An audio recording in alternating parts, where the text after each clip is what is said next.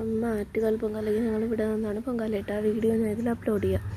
അപ്പോൾ അന്ന് ഞാനും അമ്മയും കൂടി പൊങ്കാല ഇട്ട സമയത്ത് അമ്മ പയറ് കഴുകി ആ വെള്ളം ഇവിടെ ഒഴിച്ചായിരുന്നു. അപ്പോൾ അതിൽ നിന്ന് വളർന്നു വന്ന കുറ്റിപ്പയർ ചെടിയാണിത്.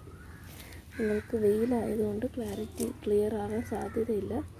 അപ്പോൾ ഇത് പറിച്ചു കഴിഞ്ഞാൽ പൊട്ടിച്ചാലേ കറക്റ്റ് ഒരെണ്ണം ഞാൻ പൊട്ടിച്ച് കാണിച്ചു തരാം. കൃത്യം ഇതിന് ചെറുപയർ വരും. ഇത് ഉണങ്ങിയല്ലോ, അപ്പോൾ ഇതിന് കൃത്യമായിട്ട് ചെറുപയർ വരും. കണ്ട, ഇളക്കുമ്പോൾ നമുക്ക് ചെറുപയർ കിട്ടും. അപ്പം അതുകൊണ്ട് ഞാൻ വിചാരിച്ച് ഇതിനെല്ലാം കൂടി വിത്തിട്ടിട്ട് നിറയെ ചെറുപയർ, ഞാൻ ഇതിൽ നിന്ന് ഉണങ്ങിയത് വിത്തിട്ടിട്ട് ഇതാ കണ്ട, ഇവിടെ ചെറുപയർ അവിടെ ചെറുപയർ, ഈ ചെടിയാണ്.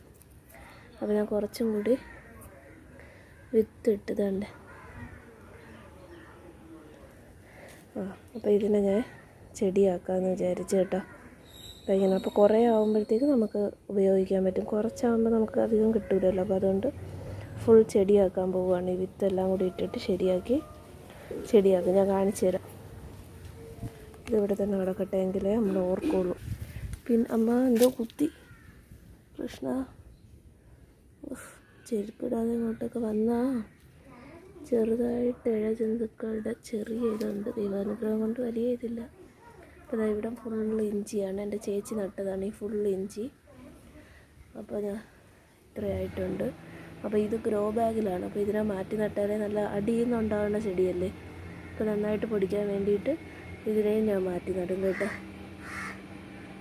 മഞ്ഞളിത് ഇല്ലെന്നാണ് എൻ്റെ വിശ്വാസം. അപ്പോൾ മിക്കവാറും ഇന്ന് ഞാൻ നടും.